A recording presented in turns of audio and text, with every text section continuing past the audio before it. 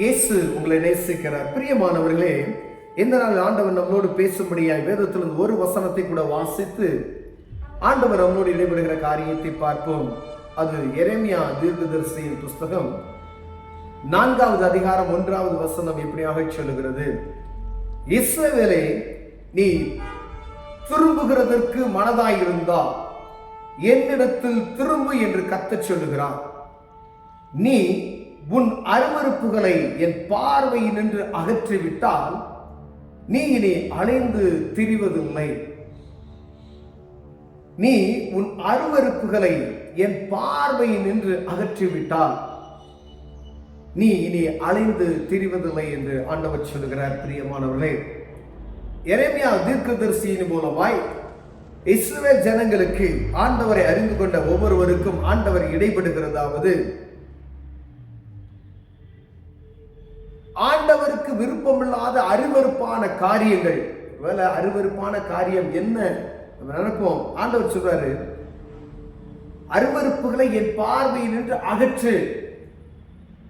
ஆண்டவருக்கு பிடிக்காத காரியம் 10 கற்பனைகள் அப்படியே நம்ம எடுத்து முன்னாடி கொண்டு வந்தோம் அப்படின்னா, ஆண்டவர் இதெல்லாம் கற்பனைலாம் கடைபிடி, இதன்படி செய், நான் சொல்வதற்கு செவி கொடு.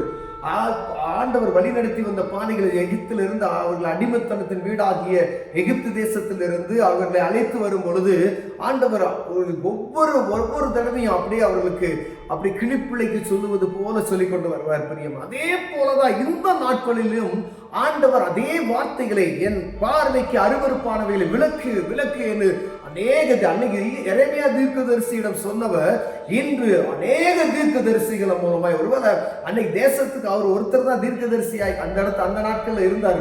ஏன்னா ஜனங்களுக்கு ஏதோ உணர்த்துவதற்காக ஆண்டவர் எரேமியா தீர்க்கதரிசியை உருவாக்கினார். இங்கு தேசம் எங்கும் அநேக ஜனங்களை, ஏன்னா காலம் கடைசியா இருப்பது நிமித்தமாக எங்கும் அவருடைய சீசர்களை, அவருடைய தீர்க்கதரிசிகளை அனுப்பி மனம் திரும்புங்கள், பரலோக ராஜ்யம் சமீபமாய் இருக்கிறது, ஆண்டவருக்கு விருப்பமில்லாத அகற்றி விடுங்கள் என்று சொல்லிக்கொண்டே இருக்கிறார்கள் எங்கு பார்த்தார். ஆனா இஸ்ரவேல் ஜனங்கள் கடினப்படுத்தினது போலவே இருதயத்தை இன்னும் நாம் கடினப்படுத்திக் கொண்டேதான் இருக்கிறோம். சர்ச்சுக்கு போனா போதகர் அதை தான் சொல்லும், அப்படித்தானே?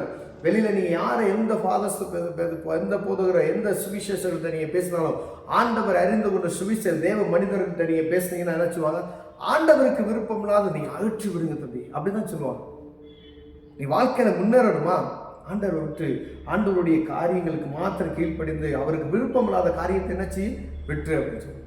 ஆனா எல்லா காரியத்தையும் நாம் சரியாய் நாம் செய்வோம். ஒரு திருமணம் எடுத்துக்கணும் அப்படின்னு சொன்னா நடத்துறோம் அப்படின்னா அதற்கான காரியத்தை பர்ஃபெக்டா நம்ம செய்வோம். சமயக்காரனுக்கு இதை செய்யணும், டெக்கரேட்டுக்கு இதை செய்யணும், அதுக்கு இதை செய்யணும், இதுக்கு இவ்வளவு பணம், இதுக்கு இவ்வளவு ஒவ்வொன்றையும் போடணும். ஆனா தேவனுக்கு கொடுக்க வேண்டிய கனத்தை எப்பொழுது நாம் கொடுக்கிறோம் பாருங்க.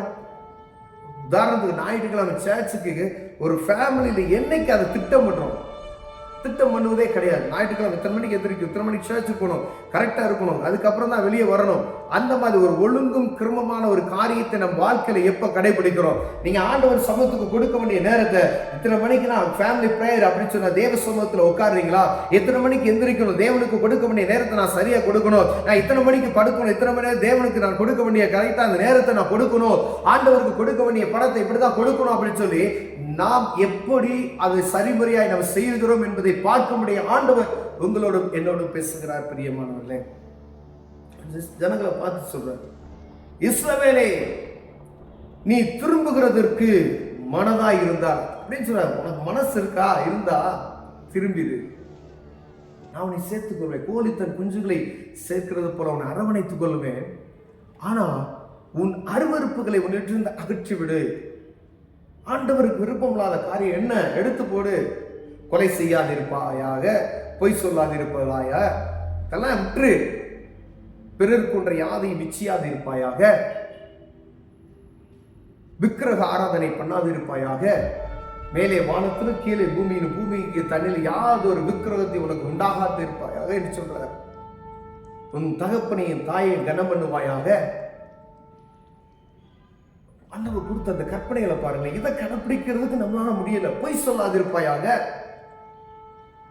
எவ்வளவு பேரு ஆண்டவருக்கு அருவருப்பான இந்த காரியத்தை அகற்றி வைத்திருக்கிறோம்.